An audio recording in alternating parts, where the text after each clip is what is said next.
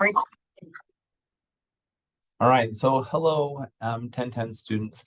This week we're going to talk about some current issues in education. And this is one that I really just don't feel like I can do it justice online because this is something where we should be debating and discussing. And obviously there's a lot more issues than the few that I'm going to talk about today. So I apologize for that. One thing that I do want to recommend is while I'm posting this video now, please don't watch it. So if you're watching right now and you haven't read the articles yet, you have a bunch of really short articles this week introducing these topics. And I want you to read them first so that you can formulate your own opinion on some of these issues.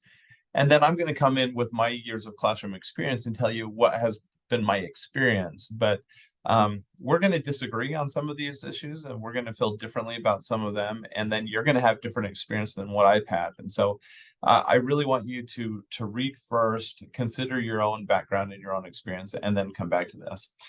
When I do this face-to-face, I just sometimes on these slides, I have things at the beginning and the end that I don't include online.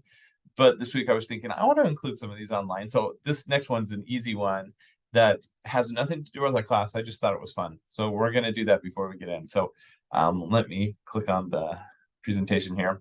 James Friedman. So if you don't know him, he's just a guy on Twitter. And I think these are funny. So I'm going to show them to you. You've probably seen some of these. Hi, James. Will you make me look like a bad boy? So James Friedman is a Photoshop guy. And he takes photos, people make requests, and he answers their questions for them. So here we have this guy wanting to be a bad boy, and now he is.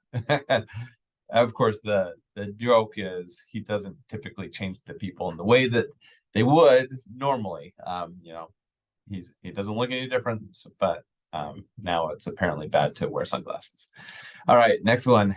Hey, Jamie, I had this picture taken. It looks really nice, but since I'm wearing a bright white shirt, it gives my teeth a stained yellow look. Is there anything you can do to fix this? I can totally relate to this guy. And there we go. Now it doesn't stand out too bad. All right. Hey, Jamie, can you please adjust this picture in order to make me look as if I'm holding that cliff? I love doing pictures like that where I'm holding stuff. Our family does stuff like this all the time. So, but she missed the cliff. Now she's got it. And a couple more. Hey, James, would you be able to make the girl second from the right higher off the ground? No problem. There we go. And finally, hey, Jamie, could you add some drama to this photo and give me something to jump away from? And sometimes I think about the rising generation and I feel like this is appropriate. Not you guys, of course. You love responsibility, right? You're in school making something up your life. Way to go. Just thought those were fun. So I want to start with that. Let's get into our discussion, our debate. I'm going to go over some of my experiences with some of these issues. So you read, hopefully you've already read about some of the pros and cons of having a school dress, uniforms, a dress code. I actually have some experience with this, both as a student and as a teacher. So as a student, I did my undergraduate at BYU, and they have a pretty strict dress code. And it's different from most other universities, and some people really hated it. I couldn't have a beard, for example, and there were other certain things that you couldn't wear on campus and stuff like that. My experience as a student was I liked that. I liked having a dress code or an honor code because, one, it made me part of something bigger than myself. I was part of something that was different. But also, I grew up really poor, and I didn't have the same things as other people. So I liked that we had more things that were in common. And then as a teacher, I saw this more. So I taught at one school where we had a dress code where it was traditionally a polo. So we had school polos and then khakis. And you couldn't have fancy shoes. You couldn't have a lot of things had to be very vanilla, right? Very basic. And I like this, again, having grown up poor where my mom made a lot of my own clothes and I didn't have the designer things. I was often embarrassed about my appearance. And I didn't love that the rich kids would have things that I could never wear, that they had the fancy jeans or the fancy, Jordans came out when I was in school. And to spend $100 for a pair of shoes, that was just something that was never going to happen for me. And so, So I felt protected by having everyone be the same. No one knew the difference in income, or at least it wasn't as obvious. Now, as a teacher in a school that did that, sometimes students would know who the rich kids were and who the poor kids were and who had certain opportunities and advantages and others. But I felt like the dress code uh, minimized that a little bit. Of course, the kids who want to flaunt their toys and their what they own, they can do that no matter what the situation is. But I do like that it moderated things a little bit. Now, having read the articles, one of the things that I appreciate is, and I didn't consider this because as a boy, I'm not as aware of or as attuned to how things fit my body and how I look and what that says about me. Like I literally wear like the same shirts all the time and the same pants all the time. Like I don't really care much about my my wardrobe. Um, but I can get where if something doesn't fit you right and isn't very flattering, that can do as much damage as having crappy clothes, right?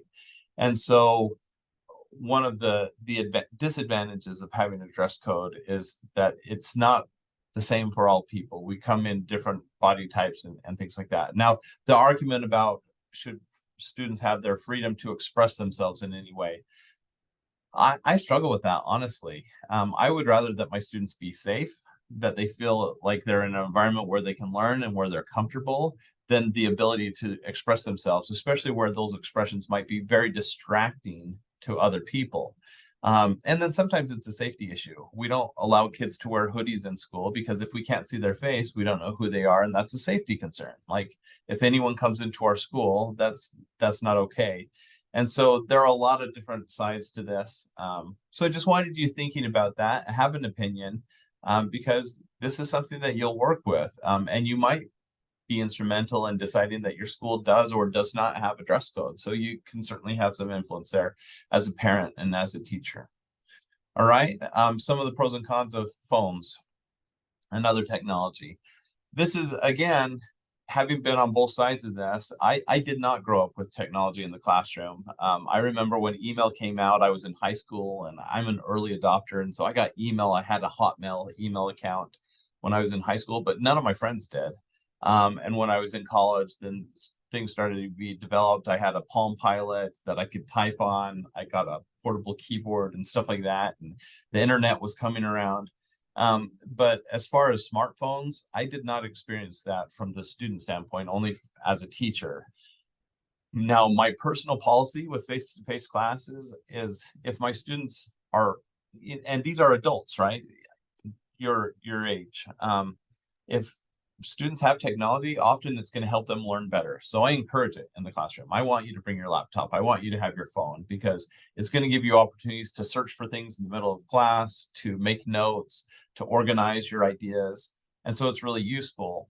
The one thing I do as a teacher that I've had a lot of success with at the college level is have any technology you want, but always have it available and publicly available to anyone to view. So if you're looking under your desk at your phone, that's going to distract me as a teacher, and it's going to distract the students around you because they're all going to wonder what you're doing.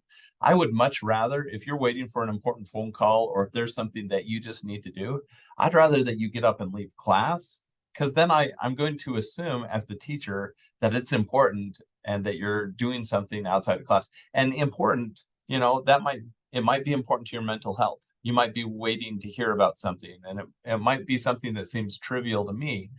But if you're out of the classroom dealing with that, then I know it's important to you. If you're doing it under the desk, I feel like you're disrespecting me as a teacher, and disrespecting your classmates who are trying to have a discussion with you. And so I just don't allow stuff like that. And I, teachers see that.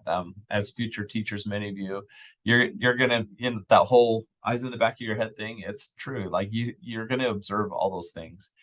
Now, as far as younger students, again, I was in a school where we did not allow phones or smartwatches in the classroom. They were disruptive. They were safety issues as far as cyberbullying and things like that. there were issues with cheating and having the answers to certain things. It's really easy to pull up all the answers on your phone or on your watch and get those during a test. So our school made the decision, no technology in the classroom. And I really loved that. It just simplified things. It made it easier. Now I had technology that I could monitor. We had a Chromebook set that we would pass out. You didn't have it all the time, but we'd pass it out at certain times for certain things. And there were filters on there so I could keep my students safe. And they knew that I could see what they were doing on their computer at all time. And so it really was a great thing for me. Now, the biggest complaint to that about taking away technology is, what if a parent needs to get a hold of their child? What if there are health concerns or whatever? And honestly, in all my time in the classroom, this was never an issue, because if a parent needed to get a hold of a student, they just called the school. I had a phone in my classroom, or they could call me on my cell phone and I could get the student and they could have that conversation, or I could send a student to the front office to make a phone call. And so it was never an issue. The bigger issue was if a student was upset about something, called their parents in the middle of the class, the parents come to the school, storm the school, and there's all sorts of mayhem. Like, I saw that happen several times, a few times in my own classroom, but in other classrooms where, had they not had the technology that they were sneaking in, we wouldn't have had as many issues in the school. So my 2 cents on that one. Let's go to the next one. Learning loss. I love this one. So we learned that learning loss is when you're not in school, when it's summer vacation, like right now, or if it's the weekend or whatever, between the time you last learned something and the time you're going to review that thing, you're going to forget stuff. And of course, the author said it's okay. The author of the article that you read said, let kids be kids, let them be creative, let them learn other kinds of things over the summer, like how to get along with people, how to develop new skills, and maybe do something athletic or whatever. And I'm totally sympathetic to that. But do students forget things that it would be better if they didn't forget them? Yes. Like, it would be better if students read for fun over the summer. So if, in addition to being creative, they were keeping up with their reading, that would be better academically for them. That would give them an advantage in life. So I wish all students had a summer reading program. In math, students will end the year at this level, and they'll come back at this level. And it would be better if they could stay at the same level of math and progress quicker. And so would it be advantageous to have some sort of summer math program, or to do homework over the weekend? Like, I'm not a big fan of homework, but there are certain things that you forget if you're not around it. And so is it worth keeping up on those things? I think there are some advantages to that. So I hope you see both sides to this, that, yeah, we want kids to be kids, but we also want them to keep up with the things that will be especially useful later in life. And for me, reading is that number one thing. Like, I just wish everybody read for fun, because it changes your life. It introduces you to other ideas and cultures and philosophies. And so I wish people just read for fun, but unfortunately, a lot of students after school stop reading. A lot of students over the weekend stop reading. A lot of students over the summer stop reading. So we can encourage those things. What do we help our students? How do we help them become independent, lifelong learners? This conversation I just had with you, we can have similar conversations with our students. We can talk about the advantages of keeping up in certain areas. We can talk about how it has enriched our life to learn about this thing or that thing. I don't do it so much here in the online class, but in my face-to-face class, where we have more discussion together, I talk about my life. I talk about some of the things I do on the side. I talk about my life as a YouTuber and how I make a lot of money creating videos and posting them online. And we talk about that with the elementary school. We talk about the financial repercussions for that. Or as a sports writer, I made money and got certain things, and we would talk about in the classroom and how that transfers to the real world, the things that we're learning in the classroom. So we can talk, we can share ideas, resources, watch movies. Even, it's a good way to understand other things. I'm going to skip this slide. We're going to wrap up today with a little bit on critical race theory, and then I have just a recommended video for you to watch. So critical race theory, let me just read this slide for you. I don't usually agree with reading slides, but there's a lot of stuff in here. Critical race theory is a cross-disciplinary examination by social and civil rights scholars and activists of how laws, social and political movements, and media shape and are shaped by social conceptions of race and ethnicity. Goals include challenging all mainstream and alternate views of racism and racial justice, including conservative, liberal, and progressive. The word critical in the name is the academic reference to critical thinking, critical theory, and scholarly criticism rather than criticizing or blaming. So it means we're being critical of, we're thinking more deeply about. And so the whole idea behind critical race theory is that we think about our history as a country, as a culture. We think about what makes us believe the things that we believe. And this extends beyond race. Obviously, we want to be critical of religion. We want to be critical of political leanings. And so the idea behind critical race theory is really positive. It's saying, let's examine ourselves so that we can do better moving forward. If there were inequities in the past, let's fix those and move forward. Unfortunately, what we've seen in this country is a huge divide. In particular, so typically when we talk about critical race theory, there's a big divide between African Americans because of slavery and other issues, and then all other races. And so when we're talking about race, often it doesn't include Hispanics and other minority groups in our country. We're really focused on white versus black, which is stupid, because we should all be looking at our backgrounds and our experiences and trying to do better. This hit home for me really hard. I don't think I have a slide about it, but I'll just talk briefly. A few years ago over COVID, I created a YouTube channel called Virtual School Assembly. All the videos are still up. If you want to see it, just go to YouTube and type in Virtual School Assembly. And in that channel, the idea was to make assemblies for my students who weren't in school anymore, and I wanted them to have something that would help get them through the crisis, right? So something that would help their mental health, something that would entertain and delight them, motivate them. And so I interviewed really cool people around the world. I interviewed Olympians, professional athletes in all the different sports, a lot of Hollywood celebrities, just really, really cool people. But I also brought on experts in mental health, and we talked about meditation, we talked about anxiety and depression. I brought on experts talking about different things. And one time I brought on an expert in critical race theory. And I was looking forward to this, thinking about how can we love each other more.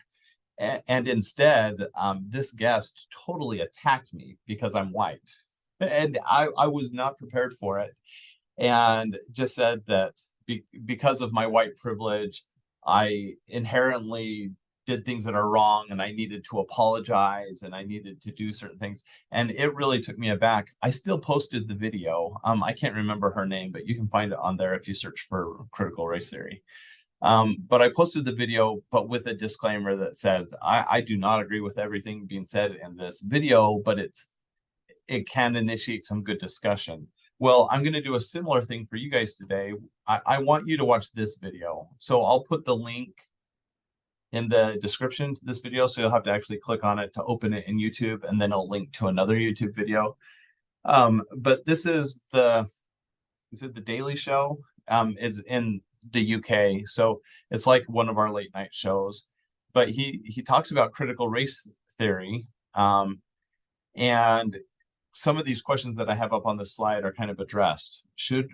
Should we engage in self-criticism in the classroom? Should we talk about what's wrong with our country? Should we talk about what's wrong with our educational system? Maybe should we talk about what's wrong with our religion or our politics? Is that okay? Should that be encouraged? So think about that as you watch the video.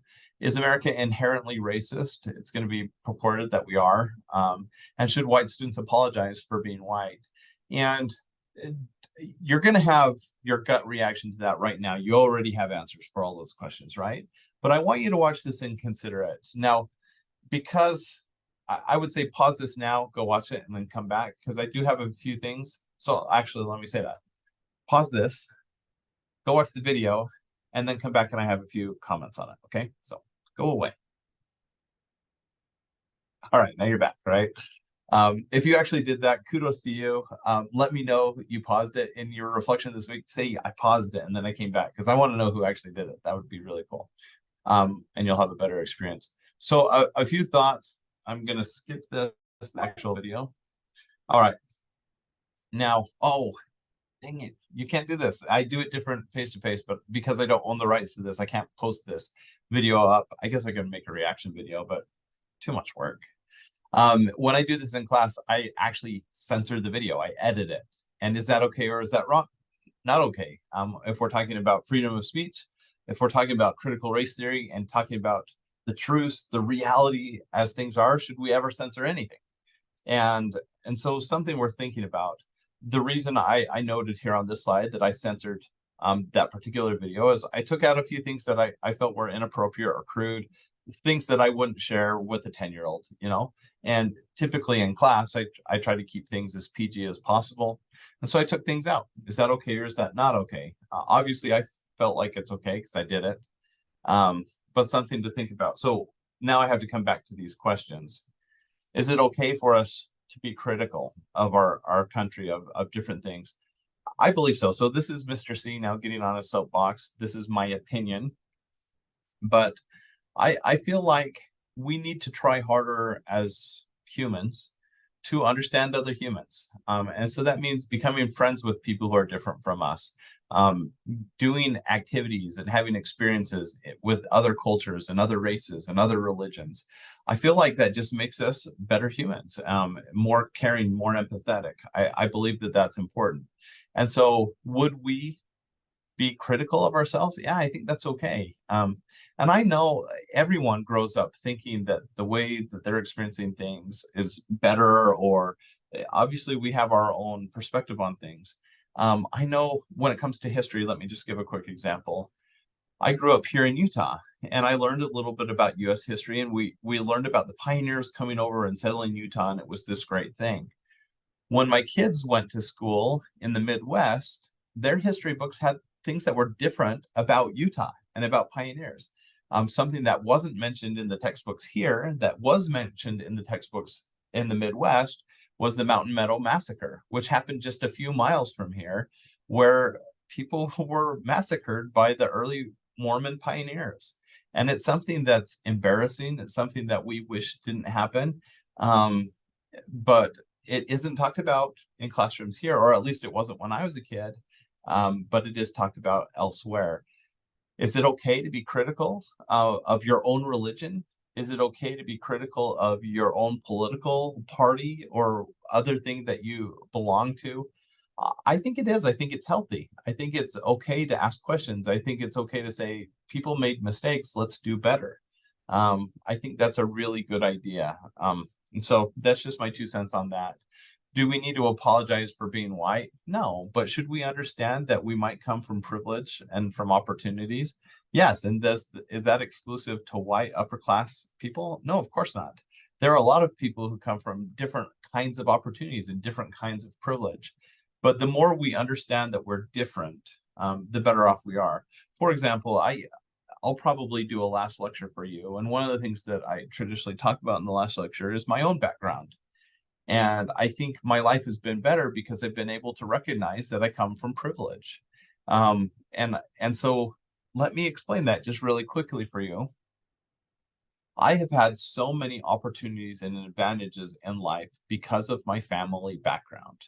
Now, we actually lived under the poverty line. We didn't have a lot of money. So when I talk about privilege, I'm talking about other things. Primarily, and I'll try to say this without getting emotional, my parents are still married to each other, and I know that they love each other, and I know that they love me. That has given me more opportunities and advantages in this life than probably any other thing. That is a huge thing, and I wish that applied to everyone. I wish everyone came from that background. Now, the irony of that is other people don't feel like that's the best background to come from. Today, the traditional family has changed. What we value about being in the home has changed. And so my perspective is different from others. But can I appreciate that I came from something that, because of my parents and what we did in the home, I was more likely to go to college. I was more likely to get a good job. I was more likely to follow my passion and do something that I love, And so I think it's good to recognize those kinds of things, and also recognize that the people around us, our classmates, our students, they're coming from different backgrounds, and the more we can get to know them, the better. Last week we talked about funds of knowledge, and I truly believe that the more we can do to get to know our students, the better teacher will be. Me on my soapbox for a little bit there. Sorry, this video dragged on for a while, but some important issues to think about. And obviously there are a lot other things we could debate and talk about, but this is a good way to get started. I hope you enjoyed all the readings this week. A lot to think about. All right, bye. Maybe if I can press stop. There we go.